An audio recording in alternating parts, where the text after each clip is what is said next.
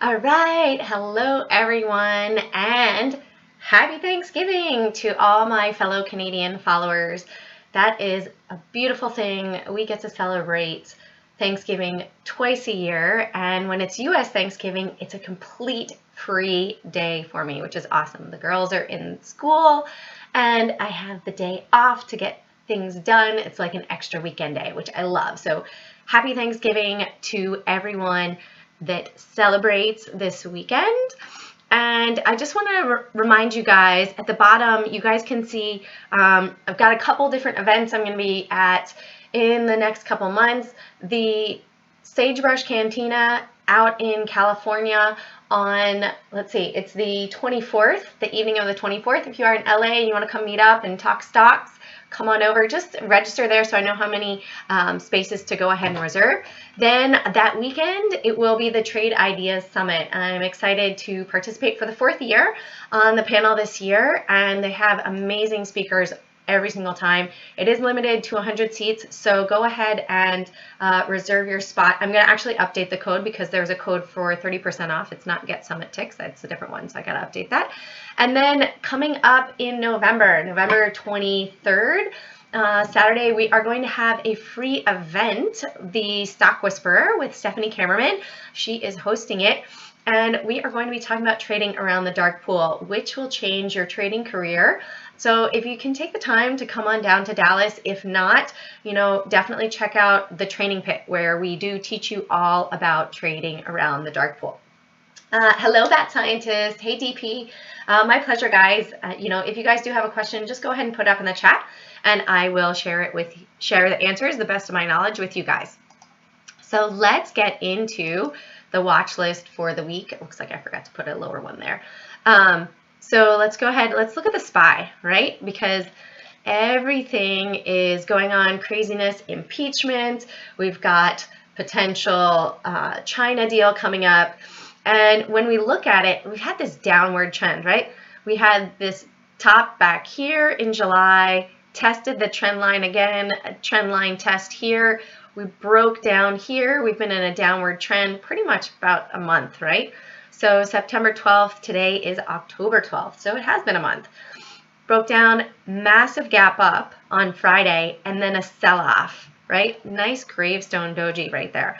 So are we going to continue up from here, have the averages catch up to us and go to an upward motion? Or are we going to break down? We do have higher volume than normal. I don't really necessarily use the MACD down here, but it does look like right, we had this upward motion, downward motion, and it looks like we might be in that upward swing. So this is the 20 simple moving average. The dotted lines are the 21 EMA. I really like to use the 21 EMA for a trend change, right? A trend reversal. So right now we are above it. However, if we don't hold above it, that we could easily pull back down. This could just be a ploy for the big guys to go ahead. Oh, we're going to pop it up. We are going to totally trick everybody. We're going to be bullish. Yes, everybody, the market is fine. There's no more recession. Go ahead and put your money in. Hold on. Let's put on the brakes there. They might have just popped it up really to just sell it off and create another sell point up here. We did have this big consolidation here for 2 weeks. Downward trend. It seems like every time we hit here, right? So we had this consolidation period here for a week, down here, hit this average, some buying came in, bounced it up. Now, if we break above, right? If we break above the 299 area over here, this dotted trend line as well, potentially we're in that bullish move and we could potentially go on up and test up here. I think, or even this trend line right here. This was a longer term one on the daily chart. So we could test that one before we have another pullback, but we'll see what the market has in store. It did have higher than normal volume and a pop up and a drop on the day. So we'll see if we fill this gap back down to the downside, down to the 294 area coming up on Monday, or if we're going to go up and break above this high here and look for another test of the 300 area up to 302, 304. Let's look at NASDAQ. So NASDAQ, same scenario, came down, tested this average here, bounced up, hit the 20 simple moving average, pulled back down, And then we've sort of been consolidating in this area, bounced up, sell off again. Look, we had this upper trend line, which was the high back here. Here's the high and here's the high.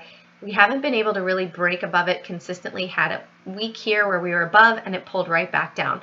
So that's going to be another trend line to keep on watch here. And the Russell. So the Russell tends to be weaker.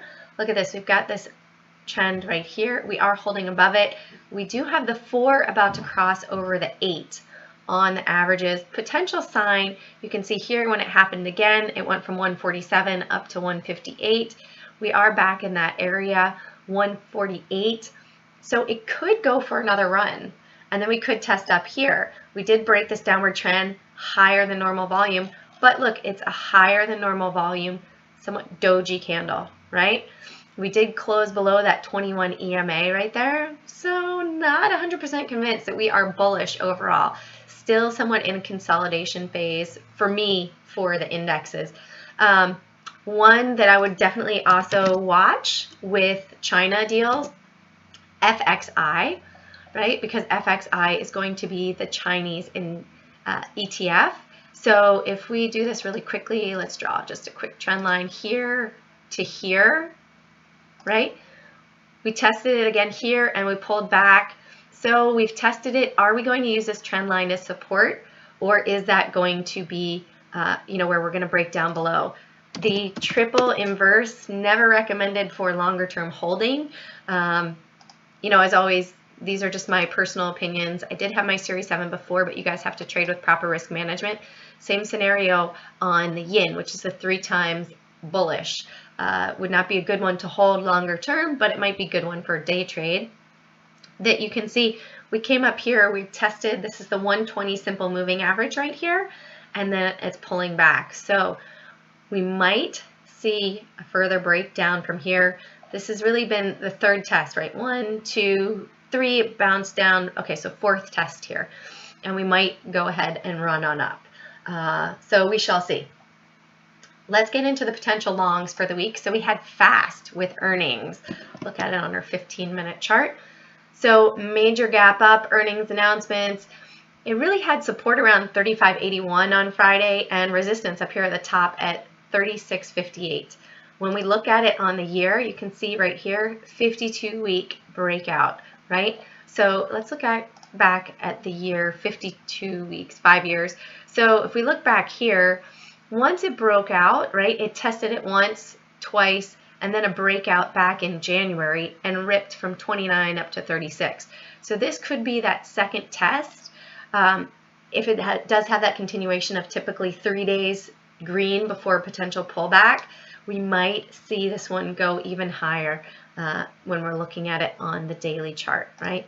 So if we look at it on the daily chart, we broke above the high previously of 35.83. So we might be seeing up to maybe potentially 38 before we find a pullback, but the market's going to dictate, obviously. But just keep that one on watch. And FAST does have 569 million in the float, and it was 45% short float volume on Friday. Next potential long, it is a pharmaceutical stock. It did have, this is testing a prior high, right? Test 1, test 2, test 3. Test 4, are we going to break that 97 mark? We did have higher than expected volume the past 2 days. And you can see last time it came up to this area back here, we did have higher volume as well. So is this going to be selling volume or buying volume? We shall see. Going to go ahead and keep it on watch for a break of resistance of $97 and support breakdown of 94.86. When you see what happened on Friday, actually Thursday into Friday, nice 2-day move all the way up, seemed to consolidate up here, did not close super strong on the day, right at the top, high of the day, but it didn't pull back all the way back down to the bottom either. So keeping that one on watch. And it did have 52% short float volume on Friday. It does have 22.9%, 22.9 million in the float. Next potential long is TK Corporation. So we are just in the mid-range for the year right here. And it closed high on the day, similar to Rada. does have 100 million in the float. It was 41% short float volume on Friday, short volume Friday. And I would look for support of 480 and resistance of 489. When we look at it on the yearly, again, we do have multiple point resistance right here. So you can see we could have on the grand scheme of it, a W, right? Like that. And it could break up again. We shall see what the volume will do. Higher than normal volume right there again on Friday. So keeping that one on watch. Next potential long is TECK. You can see we touched the 50 simple moving average and pulled back a little bit. However, we did have the averages start to curl up here. So overall support down here of 1477 on the 15-minute chart. Pulled up, tested that high of 1695, 17 area, came back down to broke below the VWAP to the 15 EMA, and then sort of rode that up and then back down to VWAP. So we'll see. Support of 1668 and resistance of 1695. This does have 548 million in the float and 60% short volume on Friday. Next potential long is Mogu. Resistance of 275 and support of 259. When we look at it on our year, it's been bottoming down here, right? But the big reason why it's so interesting is look at that volume, right? It's 5 million in volume on Friday. We pull back here, right here. I believe it was 5 million. Somewhere else I looked, it was 5 million to 273,000. But it's definitely a lot more than you typically see, right? But it does have spikes in the past that sell off. This does have 90 million in the float, and it was 54% short volume on Friday. Came up, and this is the parabolic SAR right here. So it did touch the parabolic SAR as well as the 90 simple moving average and pulled back. So just keep it on watch for a lower cost stock that might move. Potential shorts. We have NAT, N-A-T, North American Tankers. Look at this major run up, right? Broke the resistance here of 243. 1, 2, 3, 4, 5, 6 days. We could see a move potentially back down to 380 area, even back down to 339. It does have 138 million in the float, and when we look at it on the 15-minute chart, it's been trending up, up, up, up, up. It looks like consolidation right here since the 11th from 4:30 in the morning right on until the close end of business day on Friday. So looking to see potentially if that is all selling right there. Keeping it on watch. Next potential short, CGC. Major tanking down, STZ as well, Constellation brands. Also, they tend to trade hand in hand as STZ does own 20% of CGC. So we broke below the $20 mark and came down. I would look for support of 1939, this red line down here, to be broken to the downside, or 1961 for resistance to the upside. When we do look at it at the yearly, since it was uplisted, this is the lowest it's been since it was uplisted, right? I think we had the uplisting back here in August of last year. It does look like it's reaching a prior support, but back here, if not, we might potentially be breaking down to the 1467 area, 1450 area down here. Always good to look at that big picture so that you can see the prior supports and resistance, right? It looks like bigger picture, we've got a bit of head and shoulders somewhat, like shoulder, head, shoulder right here if we continue down. Next potential short, EURN. Look at this massive, massive run up from 830 to 1149, about 40%. And then we have this doji, higher volume doji with high volume, very far away from our moving averages. Potential to pull back and correct here, down to potentially 1076, maybe even on down to the 10 area down here. So keeping this one on watch. It does have 168 million in the float. When we look at it at Friday, it came up, it tested the 1150 area once, twice, was never able to break through. So keeping that one on watch as well. Next potential short, MSA. Looks like the lines didn't go here for some reason. No worries. I have it on my chart, 112.37 for support. right down about here, 112.56. And then for resistance, I have resistance at 114.11. I would look for up here, 114.13, 114, 114.20. Major volume after hours right here. So there is going to be moves coming, not sure which direction. So watch those levels. So 112.50 and 114.13, 35 million in the float. Last potential short for the day, JELD. So I have support of 1592. Not sure why let's do resistance first. Resistance of 1675 and support of 1592 area down here, 16. Looking at it on the yearly chart, it's been back here before and it broke down below, ripped up again, came back, ripped up.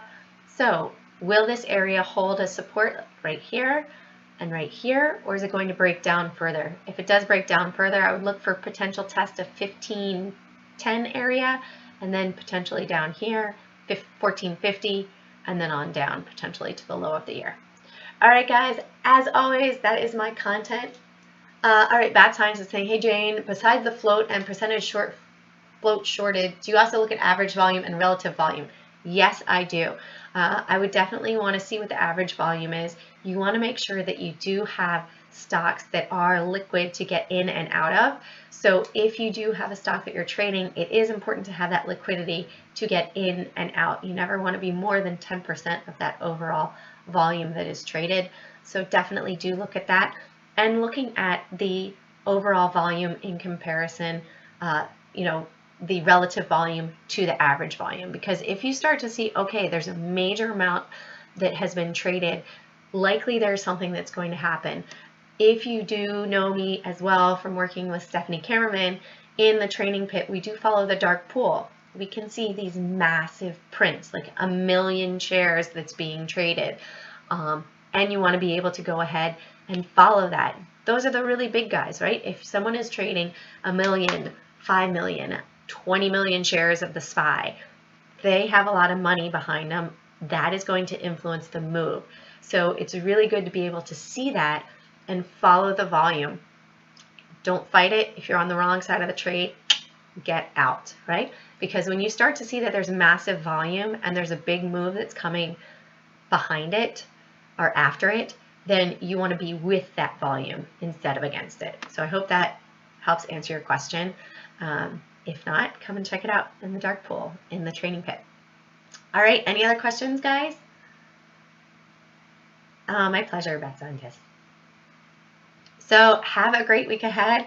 Going to go prep for Thanksgiving dinner tomorrow.